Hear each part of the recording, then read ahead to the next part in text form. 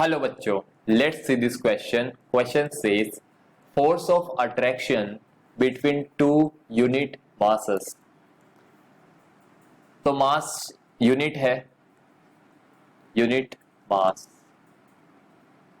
Separated by unit distance, separated by unit distance is called. उसे क्या बोलते हैं? A. Gravitational potential. B. Acceleration due to gravity. C. Gravitational field. D. Universal gravitational constant.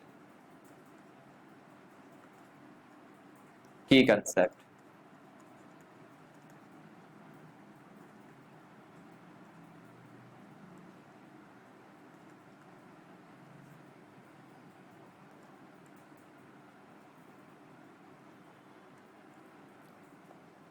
Universal gravitational law.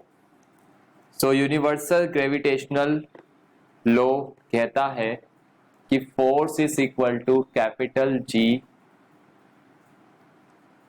mass of first object, mass of second object by r square.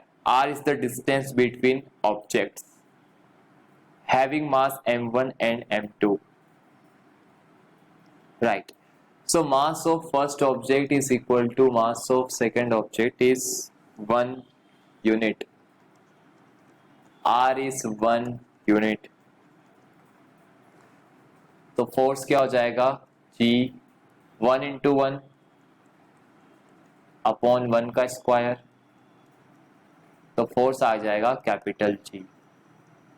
तो force किसके equal है? Universal gravitational constant के equal है. Right. यहां पे लिख देते हैं मास m1 क्या है? मास ऑफ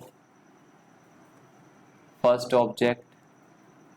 m2 है मास ऑफ सेकेंड ऑब्जेक्ट और r is the distance between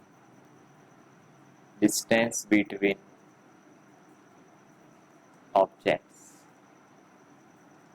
इस तरह से let's say this is mass m1, this is mass m2 separated by distance r. Then the force of gravitation आप इस तरह से लिखते हैं m1 m2 by r square, g m1 m2 by r square. Right. अब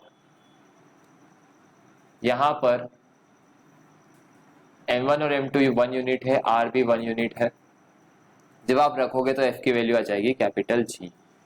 capital G क्या है? Capital G is universal gravitational constant है.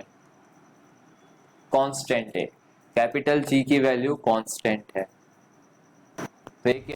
फोर्स ऑफ अट्रैक्शन अगर मास यूनिट है, डिस्टेंस यूनिट है, तो वो यूनिवर्सल ग्रेविटेशनल कांस्टेंट के बराबर होता है. बाकी ऑप्शंस भी चेक कीजिए. ग्रेविटेशनल पोटेंशियल नहीं.